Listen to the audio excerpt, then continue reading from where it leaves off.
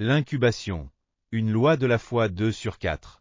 Mais pendant toutes ces journées, je savais que ces choses-là grandissaient en moi. Cela prenait simplement du temps, comme il en est pour une mère qui doit donner naissance à son enfant. Il faut également du temps pour que vous donniez naissance à des objectifs clairs. Je louais continuellement le Seigneur, et, sans l'ombre d'un doute, j'ai reçu chacune des choses que j'attendais, quand l'heure est arrivée. J'ai reçu exactement ce que j'avais demandé.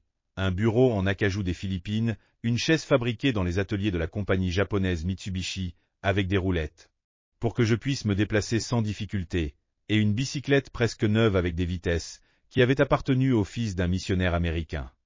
J'ai transporté ce bureau, cette chaise et cette bicyclette jusque chez moi, et ma vie de prière en a été complètement transformée. Auparavant, j'avais toujours prié en termes vagues, mais depuis ce jour-là, il n'en a jamais plus été ainsi. Si Dieu devait vraiment exaucer vos prières vagues, vous ne seriez alors jamais sûr que c'est lui qui les a exaucées. Vous devez vous exprimer de manière définie et spécifique. Le Seigneur n'accueille jamais les prières vagues avec joie. Lorsque le fils de Timée, l'aveugle Bartimée, est venu en courant vers Jésus-Christ, il s'est écrié, « Ô fils de David, aie pitié de moi !»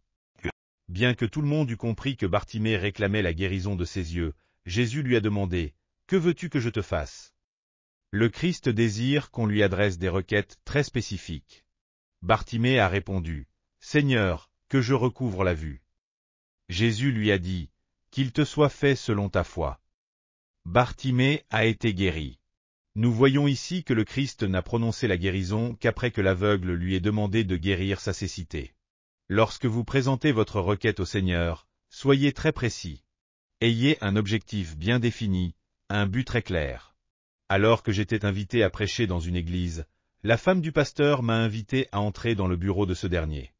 Il m'a alors demandé, « Chaud, voudriez-vous prier pour une jeune femme ?»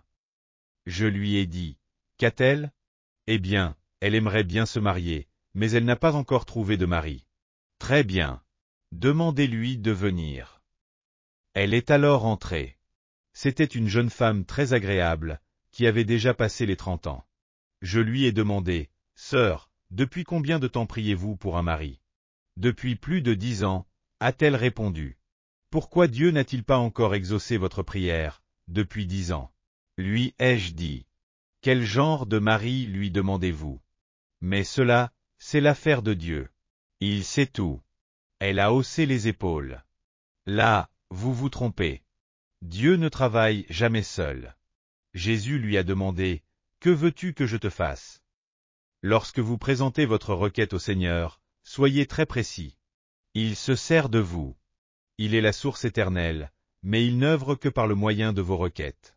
Voulez-vous vraiment que je prie pour vous? Oui. Très bien. Apportez-moi une feuille de papier et un crayon, et asseyez-vous en face de moi. Elle s'est assise et je lui ai dit, « Si vous écrivez les réponses aux questions que je vous poserai, je pourrai prier pour vous. Tout d'abord, vous voulez vraiment un mari? Mais quel genre de mari voulez-vous? Asiatique, caucasien ou noir? Caucasian. Très bien. Écrivez cela. Numéro 2. Voulez-vous un mari qui mesure plus d'1,80 m, ou le voulez-vous plus petit? Je préfère un mari de grande taille. Écrivez aussi cela. Numéro 3. Préférez-vous que votre mari soit mince, grand et élégant, ou bien en chair? Je le préférerais plutôt maigre. Alors, écrivez maigre. Numéro 4. Quel genre de violon dingue aimeriez-vous qu'il ait? Eh bien, disons, la musique. Très bien. Écrivez alors musique. Numéro 5. Quel genre de profession aimeriez-vous qu'il exerce? Enseignant. Très bien. Écrivez enseignant. J'ai énuméré devant elle 10 points différents et je lui ai dit ensuite, « Lisez-moi cette liste à voix haute, s'il vous plaît. » Elle a tout lu, lentement, à voix haute. Ensuite, je lui ai dit, « Fermez les yeux. Vous pouvez imaginer votre mari, maintenant? » Oui, je le vois très clairement. Très bien. Nous allons passer commande maintenant. Voyez-vous, tant que vous ne voyez pas clairement votre mari, dans votre imagination, vous ne pouvez pas en passer commande. Car Dieu ne va jamais pouvoir vous répondre. Vous devez le voir clairement, avant même de commencer à prier. Dieu ne répond jamais aux prières vagues. Elle s'est donc agenouillée, et je lui ai imposé les mains. J'ai prié en ces termes, « Ô Dieu, maintenant, cette femme connaît son mari. Je le vois moi-même. Et toi, tu le connais. Nous t'en passons commande, dans le nom de Jésus-Christ. Ma sœur, emportez cette feuille de papier avec vous, s'il vous plaît, et collez-la sur votre miroir. Chaque soir, avant de vous mettre au lit, relisez cette liste, à haute voix, et chaque matin, en vous levant, faites de même. Puis, louez le Seigneur pour la réponse à votre prière. » Une année est passée. Un jour où je me trouvais dans la région, la femme du pasteur m'a appelé au téléphone. Elle m'a dit, « Pasteur, voulez-vous venir déjeuner avec nous ?» Bien volontiers, lui ai-je répondu. Et j'y suis allé. Dès mon arrivée à la cafétéria, elle m'a dit, « Ça y est, elle s'est mariée. Elle s'est mariée. » Mais qui donc ? Lui ai-je demandé.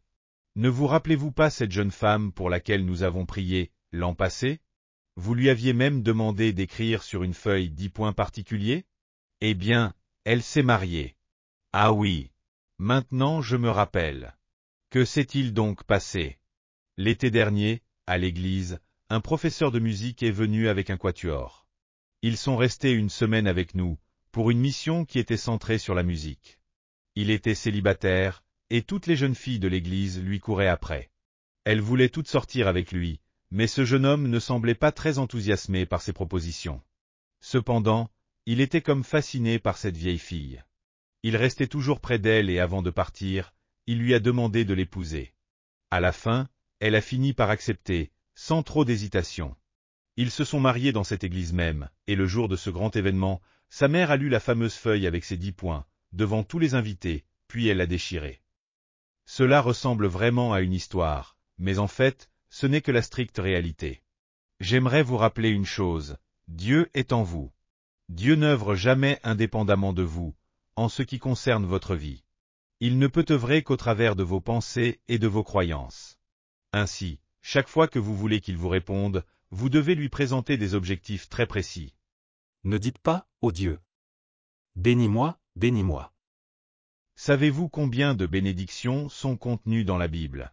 Plus de 8000. Si vous dites, ô Dieu, bénis-moi, Dieu vous demandera peut-être, laquelle de ces 8000 bénédictions désires-tu ? Alors, soyez un peu plus précis. Prenez votre cahier et écrivez ce que vous voulez, de manière précise. Lorsque je demande à Dieu d'accorder un réveil à notre Église, je mentionne toujours des chiffres exacts. En 1960, j'ai commencé à prier en ces termes, « Ô Dieu, donne-nous 1000 membres de plus chaque année. » Et jusqu'en 1969, 1000 membres ont été ajoutés à mon Église chaque année. Mais en 1969, j'ai changé ma manière de raisonner.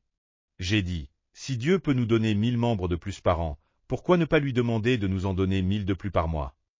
Ainsi, en 1970, j'ai commencé à prier de cette manière, « Père, donne-nous 1000 membres par mois. » Au début, il nous en a donné 600, puis un peu plus de 1000 par mois. L'an dernier, nous en avons accueilli plus de 12 000 dans notre Église. Cette année, nous nous sommes fixé un but plus élevé, nous voulons accueillir plus de 15 000 membres supplémentaires. L'an prochain, je pourrai facilement en demander 20 000. Si vous présentez une requête très précise et que vous la voyez clairement, vous pouvez la recevoir. Lorsque nous construisions l'église actuelle, qui peut accueillir 10 000 personnes à la fois, je voyais le bâtiment, dans mon imagination, bien avant que le ciment ait été coulé. Je suis entré des centaines de fois dans ce bâtiment, et j'ai pu y sentir la merveilleuse présence du Saint-Esprit. J'étais conscient de la majesté du bâtiment, et mon cœur en était tout ému. Vous devez voir votre objectif d'une manière vivante et réelle, au point d'en être tout ému. Si vous n'appliquez pas cette loi de la foi, vous n'obtiendrez jamais la réponse à toutes vos prières. Dans mes requêtes, je m'efforce de voir d'une manière particulièrement claire. Je fais en sorte de voir mon objectif d'une manière vivante, au point d'en être enthousiasmé. C'est alors que la première condition est remplie. Alléluia! Avez-vous reçu beaucoup de grâce à travers ce livre ? Je vous bénis de tout mon cœur au nom du Seigneur pour que vous soyez de plus en plus armés de la parole de Dieu et remplis du Saint-Esprit, afin que vous meniez une vie victorieuse dans ce monde. Si vous avez aimé cette vidéo, n'oubliez pas de vous abonner à la chaîne, d'activer les notifications et d'appuyer sur le bouton « J'aime ».